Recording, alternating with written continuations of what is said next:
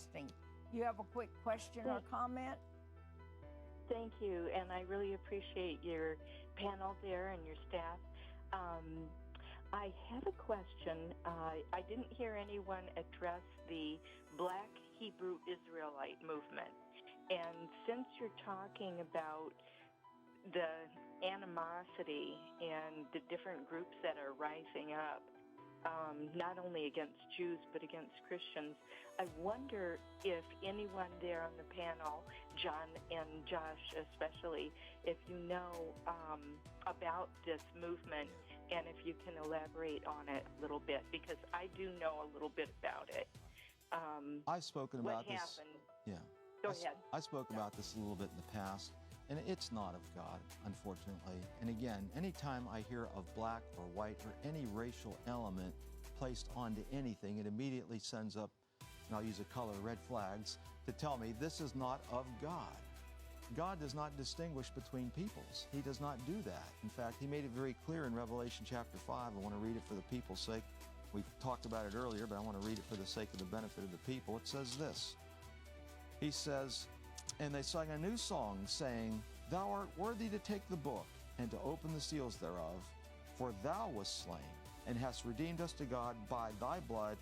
Now listen to this. "Out of every kindred and tongue and people and nation." Everybody. There's no separation with God pertaining to tongue, color, culture, place, or anything. We are all, when we come to Christ, in Christ. There's no more Jew or Gentile, bond or free, male or female. We're all one in Christ. So in the first place, that movement is wrong.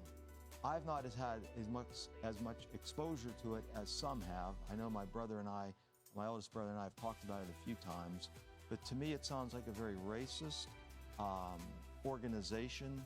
And the reality is this: Jesus Christ, in all probability, was not a black man. And I don't say that unkindly, but he probably wasn't. There is some evidence that, of course, under Solomon, of course, and the Queen of Sheba had a relationship. And she, of course, went down into Africa, where she was from. And one of the operations that Israel had, liberating people from Ethiopia, Ethiopia was designed to take out the Jews that were there, blacks, and bring them to Israel.